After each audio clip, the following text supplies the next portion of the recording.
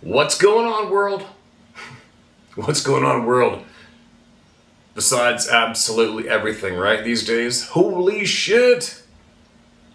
Holy shit, there's so much going on. Too much to keep track of. I'm trying to limit myself. In a way, just kind of sitting back and watching the shit show right now. Not sure of a lot. Sure of a bunch. Not sure of a lot. Not surprised at a lot. Surprised at some. Do you know what I mean? It's all over the map right now if you watch what's going on globally. So that's all I'll say about that right now, I think. Very, very interesting times on the planet. Holy shit! But anyways, miss home, miss my dog, miss my horses, miss all my friends. I miss the things that I love to do. Although this has been a very, very healthy reset. I always try to encourage people, if you can, jump out of your bubble. When you jump out of your bubble, meaning jump out of your life, and then you can sit back and look back in and see exactly what you need to put more energy to, what you may possibly be putting too much energy at, and you just get to see exactly how you are doing when you jump out of your bubble and look in. So, I've been out of my bubble a lot, and I'm ready to go back and dive back in. What do we got? A few thoughts. I have lots of thoughts, and I wrote down a few. But I was wondering, as we've been away right now, and some people have been wondering why I haven't taken you to the jungle or anything, or on a road trip, or going somewhere else to do my outdoor videotaping around here. I did that last year, and it's tough to find a place where there's not like a shit pile of noise. But to be honest, I've been going with my gut nonstop, and my gut, every time I thought about renting a motorbike this year, my gut says don't do it. I'm like, oh, note taken, don't rent the motorbike this year. Okay, gotcha. So I'm not gonna do it. I'm going with my gut. And believe me, you can probably go walk the main street out here in a town. It doesn't matter when you do, you will pass someone bandaged up from a scooter accident. It's very common. And I just go with my gut. My gut says don't do it, so I haven't rented a scooter, so I'm not mobile to go rip around and go up the hill here. So that's why I'm not taking you guys around with the camera to do this when I do this. All right. But anyways, I have a lot of time to watch various things online. Sometimes I've caught myself watching a couple of channels that I just do not go near when it comes to this topic and more. And it got me wondering, I wonder how many of you that have been following this channel for any length of time, I wonder how many of you here, because of all of you here, see bullshit more clearly when you go to various places online or television, watching various channels or shows when it comes to various truths. One main one being what's truly, honestly going on around us during our existence here. This being withheld and hidden from us.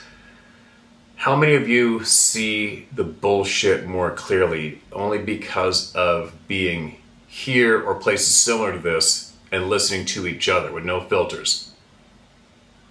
I'm curious to know that, because I just took I think it was yesterday, I actually went to two or three different channels, I don't know why, and had a quick listen.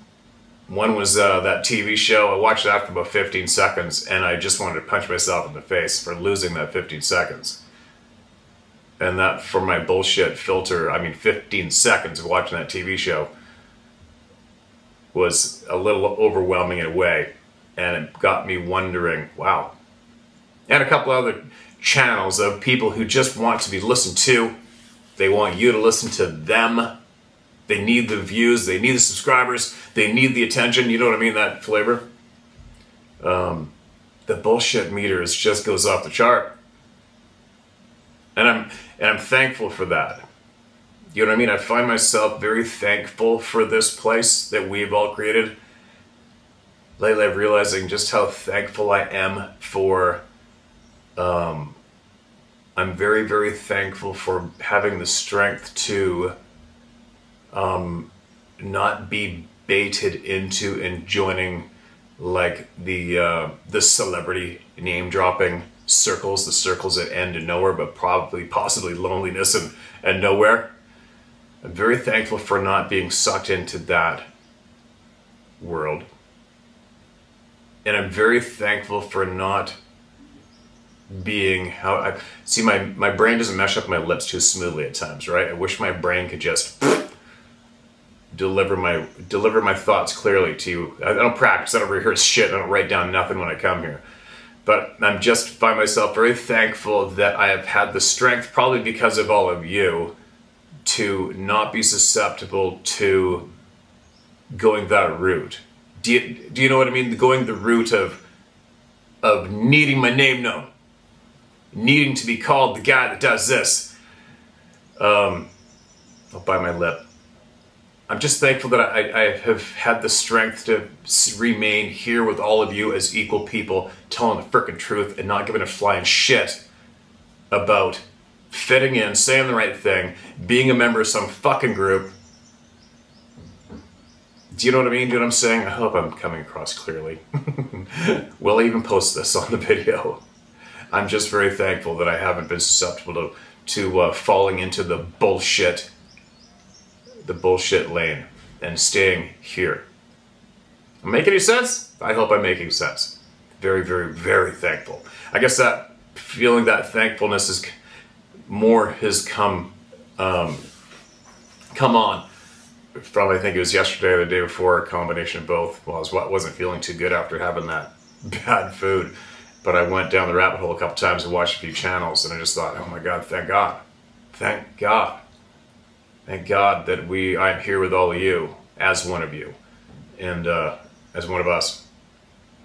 And I did not go that route. Whew. Because those places, yeah. I'll bite my lip. I hope I just made sense. Very, very thankful for this place and all of you people. Let me tell you what. Clarity, the real world, honest. Anyway, what else? I had another few other thoughts too, about a lot of people looking for answers. A lot of people challenging what people share here on this channel. And I wonder, with what you have seen or heard yourself, what you have seen and heard from people's honest testimonies here, I wonder how many of you have got to the point or have decided against the point of going, you know what, I'm sick and tired of this shit. I'm just going to go grab my sleeping bag, a tent, a bunch of food. I'm going to go by myself, announce my arrival, speak out loud what my intentions are, and you're going to go sit in the middle of frickin' nowhere alone with no camera, no weapons, some food and a fire, and bring it on. I wonder how many of you would do that at this stage of the game, or if that is in any way, if you have in any way, any kind of an urge to do that. Or if you are slowly, your mind is swaying there and tempting yourself and thinking, should I just do it? Do you know what I mean? I mean, obviously I go in the woods alone a lot, but I do the opposite in my mind. I carry myself the opposite. I'm like, as I get in the woods, as I'm driving there the night before and I'm going to bed, I'm saying, just leave me alone. Leave me alone. But I wonder how many of you would be willing to do that. Do you know what I mean? Especially the people who come here. I want to see proof. It's all a bunch of bullshit stories. Well, if you are here and you have that mindset, well, why don't you go into the woods? I mean, I could easily give you just from listening to this channel, I could probably give you 500 different places you could easily go to on your own. Jump into the woods, throw down a sleeping bag in a tent, have a fire, and hang out for a handful of days and speak out loud with all honesty. I'm just here to talk to you. Come and show yourself, or whatever you want, whatever you need. How many people are ready to do that, or would do that? Or how many people absolutely would never do that because of what they heard from all the honest people here? You know what I mean? That'd be interesting to know that number of people. And if you are willing, well, how come you haven't done it yet? You know? Yeah. Lots of thoughts. A friend of mine, logger, he saw some footprints in the snow. Where was that? That was near Tofino. Oh, what's the name of that damned island? It's a big island right beside Tofino. And they were there logging. And him and his following partner, saw tracks going across the road down through the clear cut and into a big patch of timber. And he wanted to follow him, but his partner's like, no, I don't want to go. And in the snow. And I wonder how many people, it's been reported so many times, so many people have photos too, eyewitness accounts of seeing the tracks in the snow and then they disappear. And a lot of those times the tracks have disappeared on the edge of a cliff, top of a mountain. Done. But I wonder how many of those instances it would take for your average brain to wrap around the fact that there's something very, very, is it spiritual, going on? Maybe spiritual is not the word. Maybe it is. Maybe it isn't. But there is something going on alongside us during our ride called life that is just so very hard for us to wrap our minds around. Isn't it crazy? And it's real. This crazy ass shit is really, truly going down right alongside us, all around us while we are alive. It's amazing. It's frustrating. I find it to be, sometimes I'll get a little frustrated and think, man, it's just not fair. This is bullshit. Why are we born so frickin' challenged between the ears? Why don't we get to have all the truth? Why don't we? How come? You know what I mean? Why is it so hard for us to seek out the answers? I mean, there's so many people who've gone through their whole lifetime knowing something's going on. They know that this is going on. They know something's going on. They can't explain it, and they pursue it their whole life, trying to get that clear answer. Then they bite it. They never got the answers during this lifetime, right? They wasted all that time. And I find that very frustrating and unfair, you know? Damn, it's like that. I've said it a few times in the past of going through life and knowing something's up and fearing being on my deathbed, and then possibly if we do get all the correct, honest answers going at the end of this lifetime, shit, you bastards, you got me, damn it. You know what I mean? I have that thought too. I don't want that to happen. I don't want to spend my life knowing without a doubt that this inexplainable shit is going down all around me as I go through this entire lifetime, and possibly in the end is when I'm gonna go, damn it, you got me. My whole lifetime you got me, you dirty sons of bitches. I guess that's why we're here, right? But anyways, on that note, and thankfully, I'm thankful to realize and know that as we search for these answers that we should, and I try to encourage everyone to pursue and do what you love to do with time of life as well.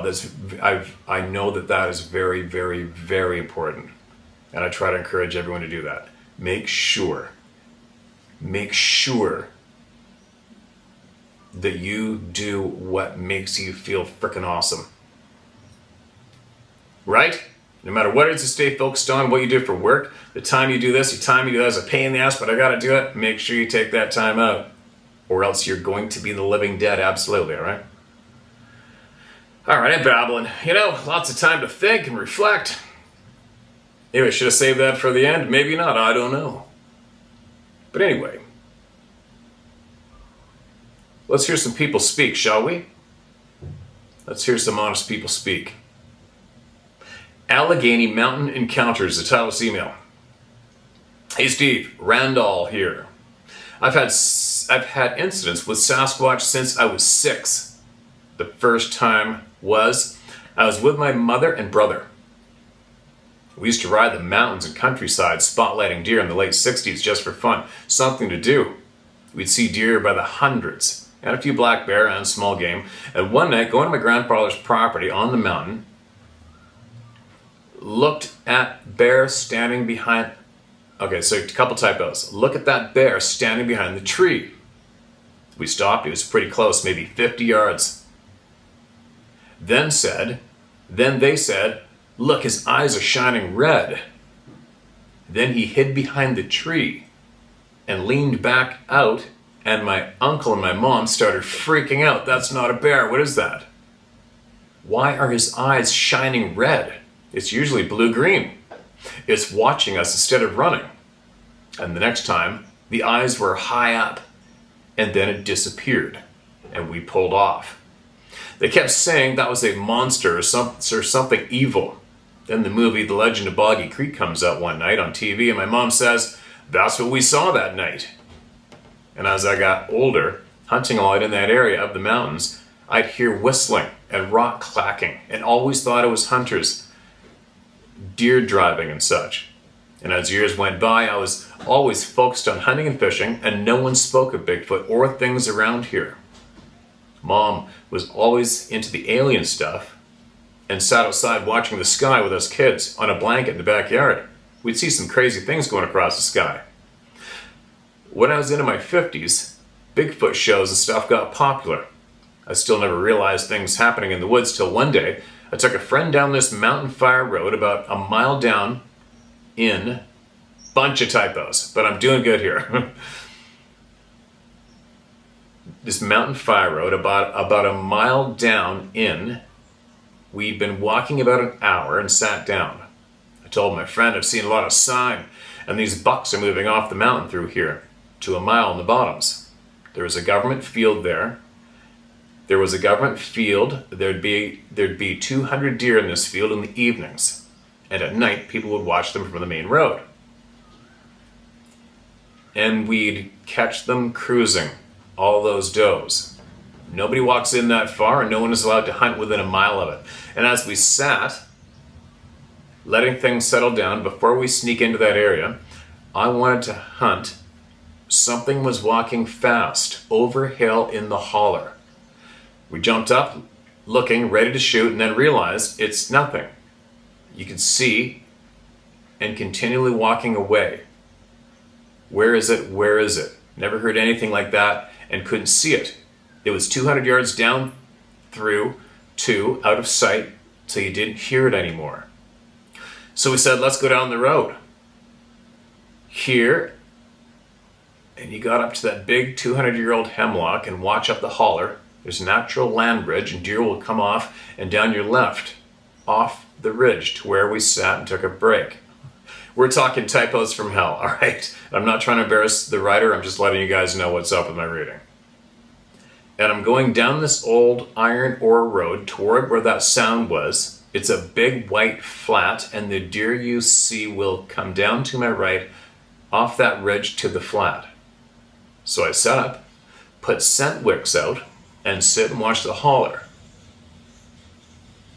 And the sound went flat to my right and ridge on the edge of this thicket in 30 minutes or so. Whack, whack, like someone smacking two good-sized flat rocks together. I said, damn, there goes my hunt, and how in the hell did someone get here? We took the only way in here, and no one was parked on the main road, and it was an hour and a half of non-stop walking to get there. I never heard nothing else for 30 minutes. It came down on the brush on the other side of White Oak Flat. I sat there another 30 minutes, and I never heard anyone. I laid back out of sight listening, and I looked up and said, what is that? It was a 30-foot, 3-pole teepee just behind me, 8 inches at the butts, no stumps. I didn't notice it before. It was uphill just behind me in the edge of the thicket. I sat there another till a little after dark and got up to leave. I got my scent sticks back in my baggie and started walking up the iron ore road to where my buddy was. I always wait until dark not to spook game off stand and let my eyes adjust to the dark. I looked up the holler and swore he was standing by that tree and said, come, let's go. It's a way to go. And kept looking. You can see good by the skylight and moon. I said, come on. Nothing. And then he says, then said he's done. Left out 'cause I wait till dark. Holy shit, this is brutal. Sorry. I said, come on, nothing. Then he says, done, let's get out 'cause I wait till dark to leave and it's just a tree shadow. I started up the fire road and I got 30 yards and here comes the deer running off the ridge just like I said, and listened to them go on off the ridge, crossing in front of me. I walked on, got to the turn where we sat and took a break, and I heard that weird thing earlier. I went on around the turn and started a long walk up the hill, and out of nowhere, I heard something behind me in the leaves, to my left, rear. As I stopped, it stopped, my hair went up on my neck. I walk a little further and stop, and it stopped. I wheel around with the light, think it's a cat, smelling the deer scent on my boot, thinking I'm a deer. It followed me all the way out of there. I'd stop and shine the light back looking, but I'd never seen it. Shut the light off, walk further. As soon as my eyes adjust to the truck, and there's my buddy sitting in it smoking. He said, why are you using a light? I said, damn cat following me out. I didn't want to get jumped. I never told him about the rocks and the teepee, just that the deer came off from where he was on the stand. He left 30 minutes before dark to get out of there. Hole he could see and might jump something be the first time. I looked up the teepee stuff and see all kinds of different ones and sizes from all over the country. And it was tied to Bigfoot people. That's not the last time I had encounters and finally seeing them. I'll email them another time. It takes a lot typing this stuff. I realized what was happening over the years once I watched your site and others on the internet. I just never tell anyone. But my mom and sister believed, and my sister, but my mom and sister believed, and my sister thinks I'm crazy. Even my mom seeing them on the next ones I email you about and send some pictures you won't believe. Thanks to you for what you do. Not many people here live like you, and I do, except I don't guide, just enjoy the woods and food. I know where it comes from. Be safe, take care. You were all good people, helping others, less fortunate. I used to be like that till I got disabled and taking care of my mom and dad. All right, I absolutely appreciate your email. Randall, make sure you email me again, all right? I really, really want to hear what you've seen, and you got pictures that we won't believe, and we want to see them too, all right? And don't sweat the typos, okay? Just take your time next time. Do it again. I'll get through it. And stay in touch with us. And make sure you email us again, all right? Give us that update and what else you've seen. There's a lot of people here that are going to be curious to know, and it's going to help them, all right? Fire away, my friend. That was a tough one to read, though. I won't pretend it wasn't. Sasquatch, eyesight story. Excuse me. Good morning or evening, wherever you are. I concur the story read last night of the individual seeing through the lenses of what he thought was a Sasquatch. It happened to me, only I was not able to see the beings that were viewing me in my sleep, but I was able to see them watching me, sleeping through their eyes. Just like him in my encounter, there was two of them, and I heard in my mind say to the other, it can see us. Not he can see us, but it can see us. I have more encounters of this nature, and all I can say is that there is 100% some sort of spiritual nature to these encounters based on my experiences. And I absolutely agree with you. Absolutely. And that sounds a little creepy. It can see us, but you know what? If we go and look back on the numerous emails from all of you here, how they look at us with disgust, hate, looked like it wanted to rip my head off, looked like it wanted to kill me, it was disgusted with me. There's no surprise at all if they were to refer to us as its. Not a doubt in my mind, for the most part. Not all, for the most. Right? Listening to each other here. Next email. Thanks for that email, man. Black Panther and Sabe howl and sighting. All right. Good afternoon, Steve. My twins were 2 when I spotted the Black Panther a half mile from my house in Flushing, Michigan. Wow, that far north, huh? I was heading home and driving into the sun when I saw a very large black feline crossing the road about 100 feet in front of me, following the creek line. I knew what it was. It was much larger than my very large German Shepherd. I can say that I kept an even closer eye on my kids and never left them unsupervised when we were outside after that. No doubt. We moved away 6 months later, and shortly thereafter, the news began reporting that people in the area had seen 2 of these black panthers in their yards and had them on video. So I had corroboration of what I saw. Because when you see something that is not in the context of your normal life, it throws you off, and you begin to wonder, did you really see what you saw? Until I saw that cat. I wondered why I'd lost a small cat and a small dog. They just disappeared from my yard. Also during that time, my large German Shepherd roamed my house and property in several acres fenced area. And one day he brought to me the entire leg from hip to hoof of a deer. Also during that time, my large German Shepherd roamed my house and property in a several acres fenced area.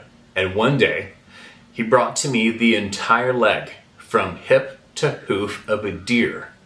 And since he was fenced in, I can only believe that the panther had cached his deer in a tree, or at least the leg in a tree, and somehow it got loose, and my dog brought it up to me.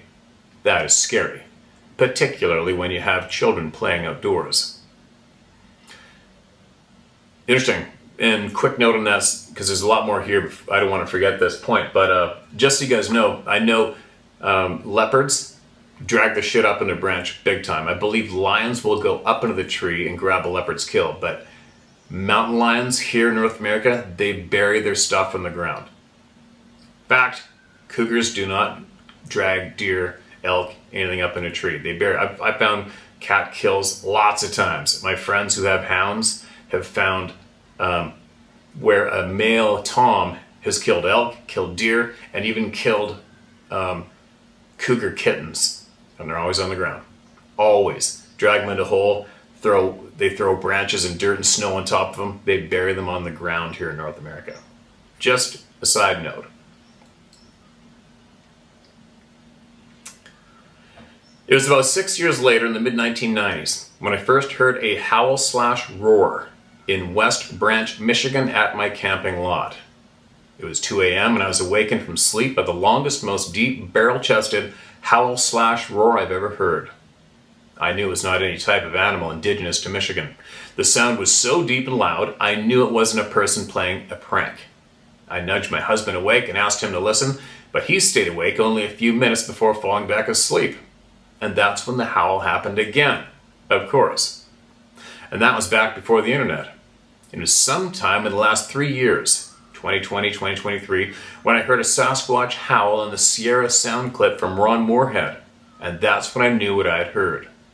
It sure is scary when you realize what has been roaming our woods, and we've been letting our loved ones and young children just go out and play in them, not knowing what is out there. Right?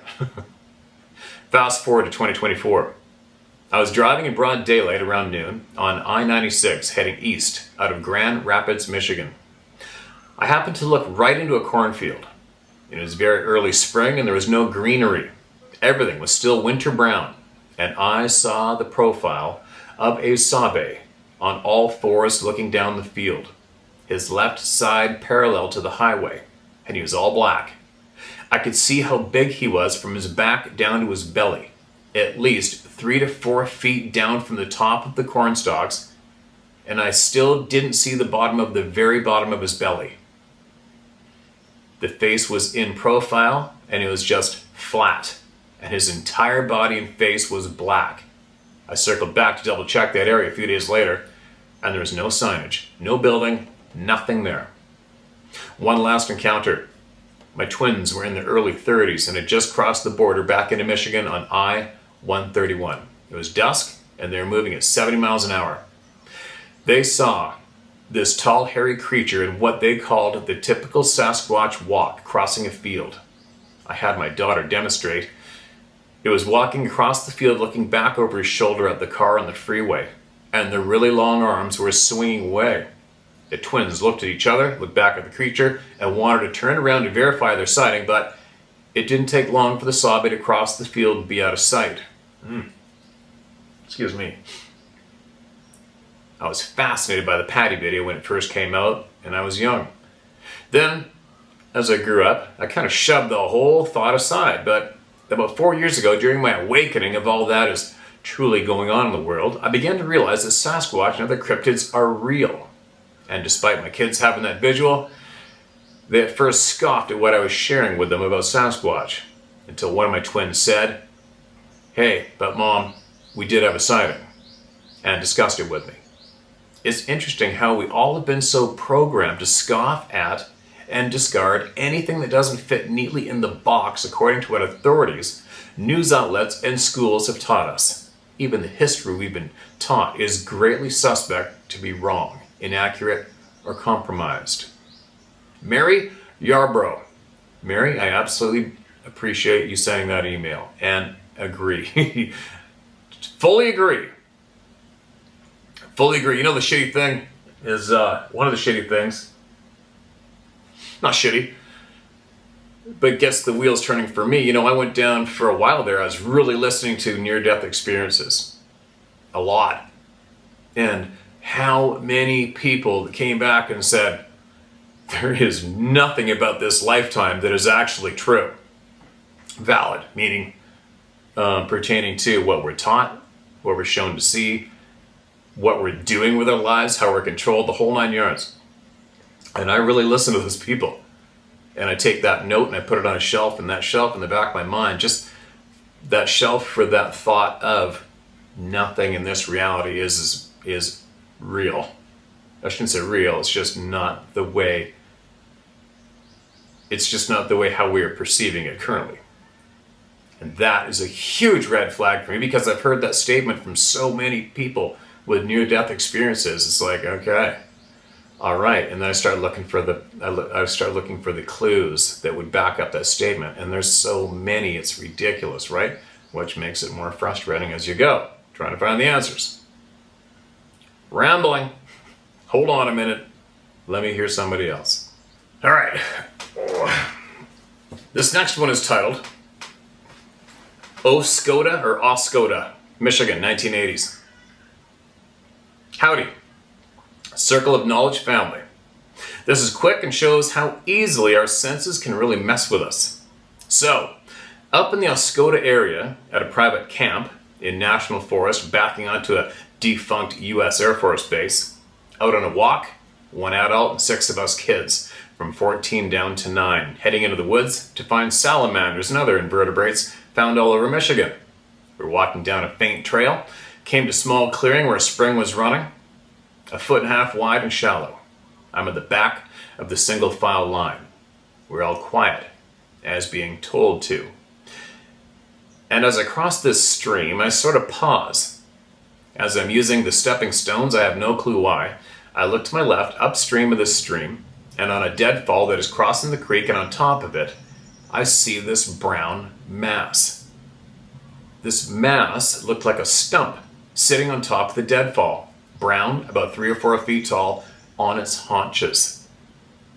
I remember I could see a face, but unable to recognize what this was. I jumped across the rest of this tiny little stream and ran up the trail to the adult. I got his attention and asked him, "Did you see that bear?" I remember that he looked at me just a bit odd and said, "There's no bears this far south in the state." Then asked me to show him. So back we go in haste. We get back and look upstream, and there's the deadfall and nothing on top. He asked what it looked like, and I described it the way I did previously in this email. He looks up and states the obvious, that whatever it was gone. I remember asking what it could have been, but he had no clue. I am currently 30 plus years away, and I know what I saw. Not then, but maybe 10 to 15 years later. Now all of our circle peeps have just confirmed what I know. I didn't feel anything as far as fear or peace or anything else, as I think we just happened to come across this thing having a fresh cold drink. Being lied to as a child about cryptids, quote, "they don't exist," end quote, and everything, I believe is why I went straight to a bear. Because that's the only thing it could have been when told other things are all stories. And that is all they are. I, since that moment, would listen to stories, and I have never said that anyone is lying. I never tried to explain things away, etc. And for the time, circle friends. Gotcha. End of email. Okay, man, appreciate that. Welcome to the club. I don't think anybody forgets. Doesn't matter how old you are. Nobody forgets. Nobody. Right? Etched in your brain forever, like a tattoo on your eyeball.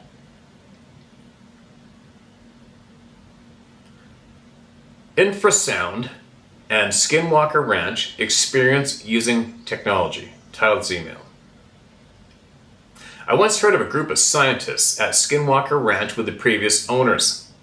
The hired scientists crossed an invisible line outdoors and automatically were trembling in fear. They took a step back and it stopped. They moved forward and it happened again. Moved back and it stopped. Conclusion was there was some form of technology being used on them and manipulating their senses. Short and sweet. Hope it helps. Paul from Canada. Happy hunting for those puzzle pieces. Yeah, that's interesting. And I have an email from one of the scientists that were there, one of the original ones, who saw the large being come out of the ball of light, hit the ground, running into the forest at nighttime. At that place. There's a lot of crazy shit's going on around there. Well, everywhere really. And I had a First Nations person email me that said it's not just that ranch, it's the whole valley where this person lived too. Next. Fairly long one, but I'm going in.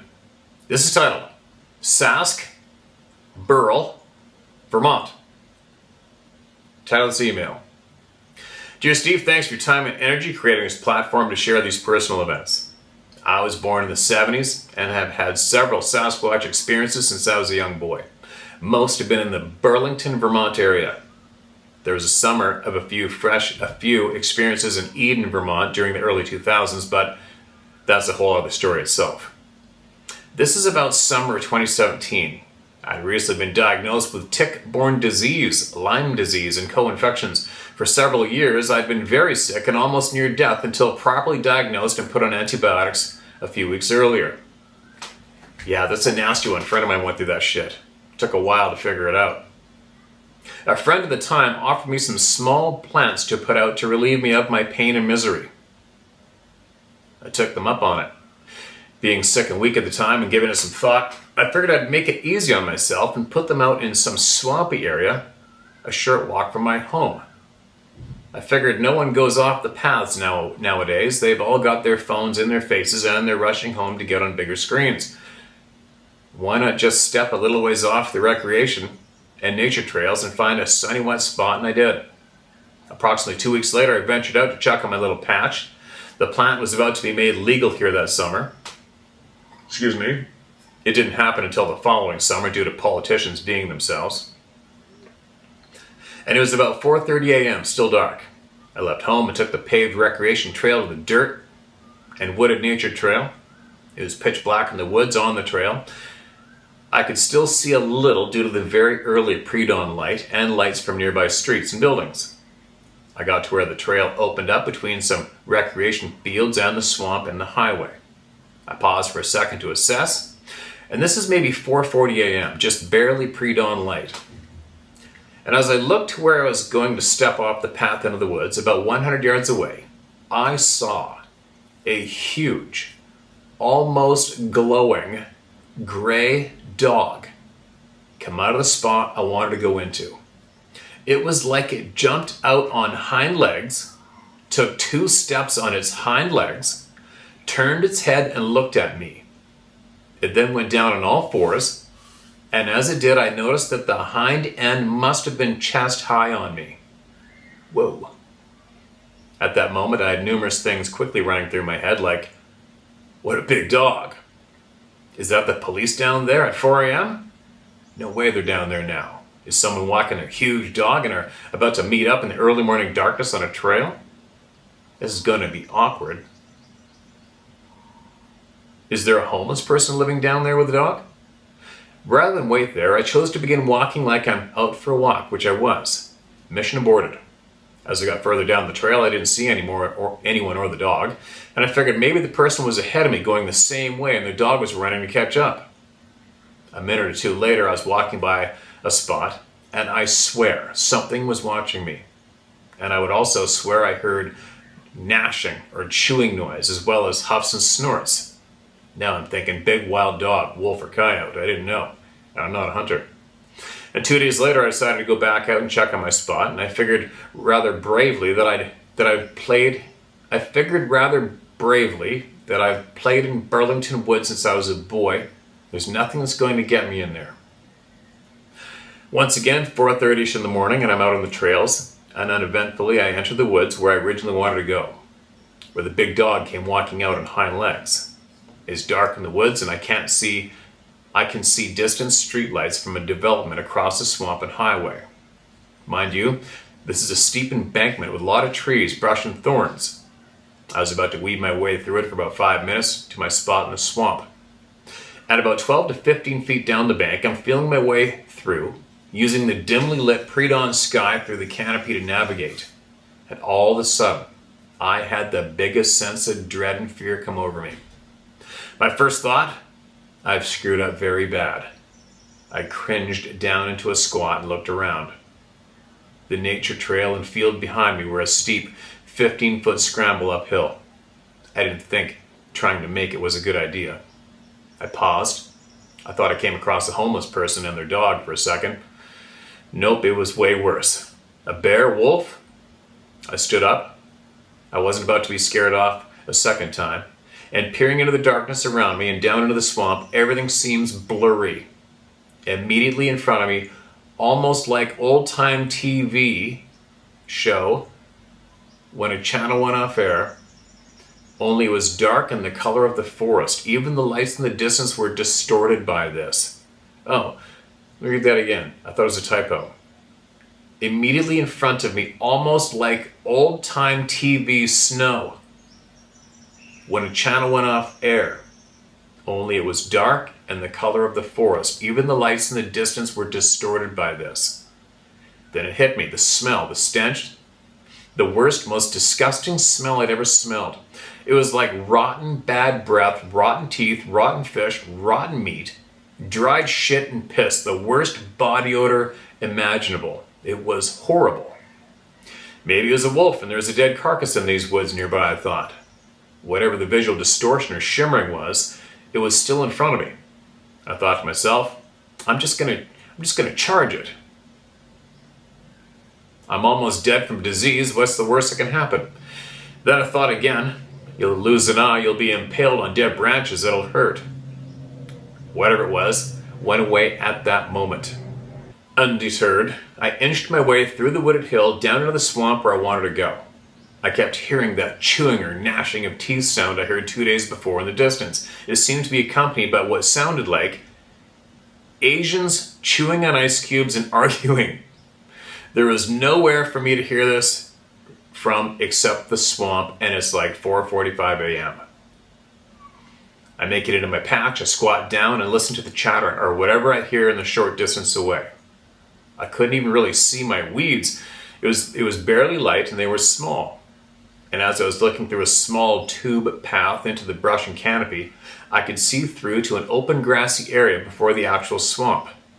The gray pre-dawn light made it easy to see out of the dark woods. And all of a sudden, I see a huge black shadow, head and shoulders, crawling or crab walking in the open area, and it's looking up the tube trail at me. Oh, that would suck ass. I could see the swamp behind it. What? I could see the swamp behind it through its eye sockets and mouth. It was like a giant shadow semi-hominid. The head was huge, 3 feet high and 2 feet wide at least. Shoulders must have been 5 feet across. It began to crawl or slither up the trail towards me, blocking the daylight showing in the field behind it. I recall a lot of fear, but I couldn't quite grasp what it was happening.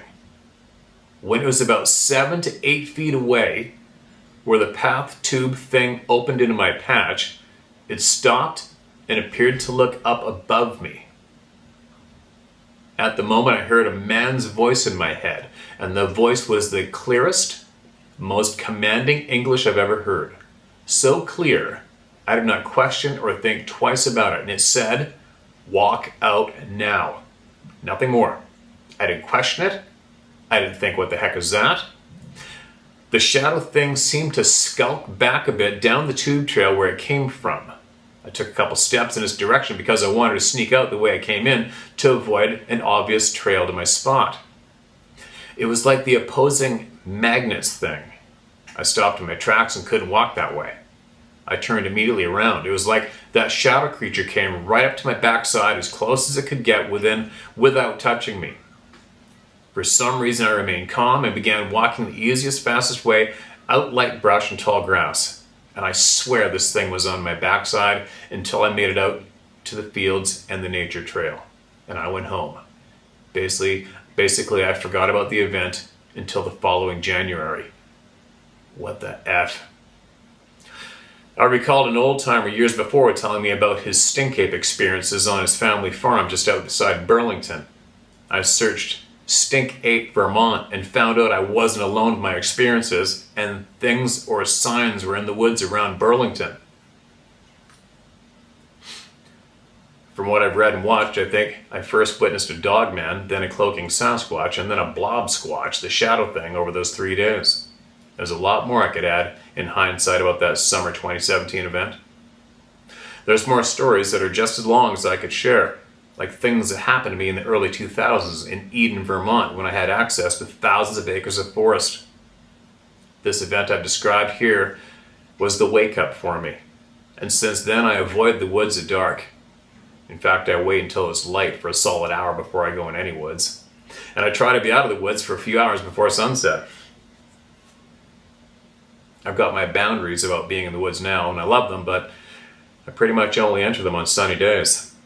And I'll just add that at the time this happened, I'd been on a multi-year yogic journey of spiritual awareness, growth, and experiencing what I'd call yoga magic. It was pretty intense. After I realized what I was dealing with, I attempted some contact, and I didn't like it. 2 years later, I realized Jesus Christ is my only Lord and Savior, and no longer practice yogas. I don't want any contact with these beings.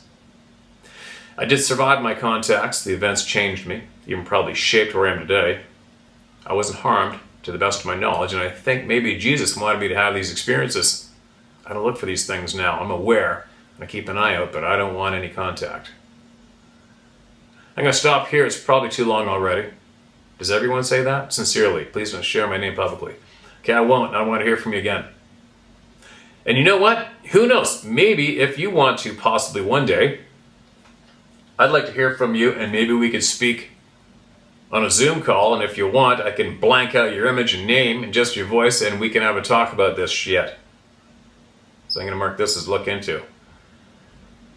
That's a very terrifying experience for what most of us would think terrifying anyways, right?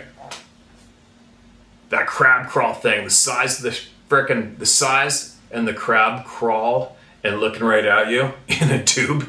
I mean, I've been on, I guess the tube tunnel in the woods it's always a creep thing for me, because the only time I've been in a trail described as that, it's usually a grizzly bear trail in Willow. And myself going on my hands and knees in one of those tube trails on trailing a wounded bear. Sucks. So the thought of a tube trail in the woods has always been kind of alerts me naturally because of what I've experienced in my past. And so having experiences in a tube-like trail in the woods and seeing what you described ahead of me and looking at me and coming, no thanks. Now, whose voice was it? That's my curious question of this whole story. Whose voice was that from? Do you think that voice is from the being that you saw, or was it from someone else? That's a question I got out of all that. Anyway, I better get going. Got shit to do.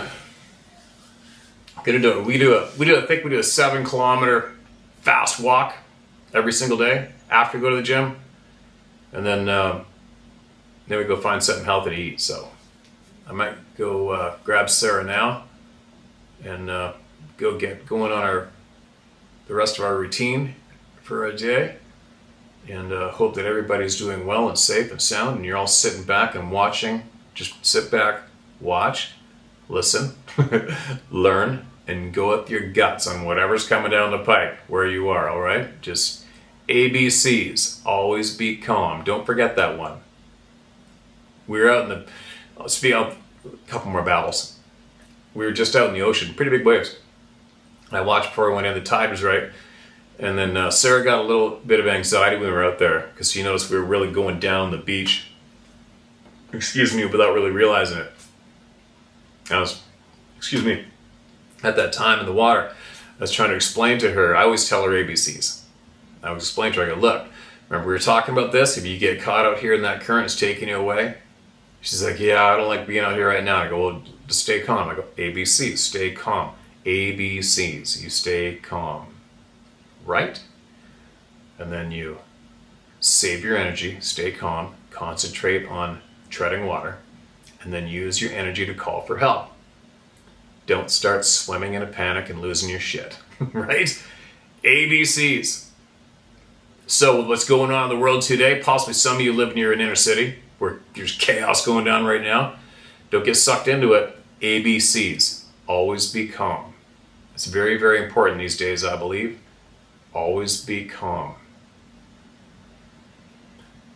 Anyway, share my story at howtohunt.com. Get your emails to me. And again, I got sick for a couple days from food poisoning. And with what's going down the planet today, our Canadian peso is plummeting. Everything's plummeting. I'm going to wait on the new website decision just for a little bit. I got to see where everything's going, because right now it wouldn't matter what. And I'm getting all my friends who want to build the site for me are from the United States, which means I'm paying in American dollars. And no, I'm not looking for a deal. I don't want a favor. I don't want a gift. I pay for the skills. But on that note, I'm going to have to wait a little bit, because let's just say it's a $5,000 website. Right out of the gate, I got to pay 40 cents more per dollar, right? And it's getting worse. So just leave me a little more time, and let's just see what happens the next week, and if the dust is going to settle the next week, or if it's just going to get more crazier. Who knows? I don't know. So we're just going to wait a little bit longer, right, you guys? But email me your truth, you guys. Stay together, stay strong, and ABCs, always be calm.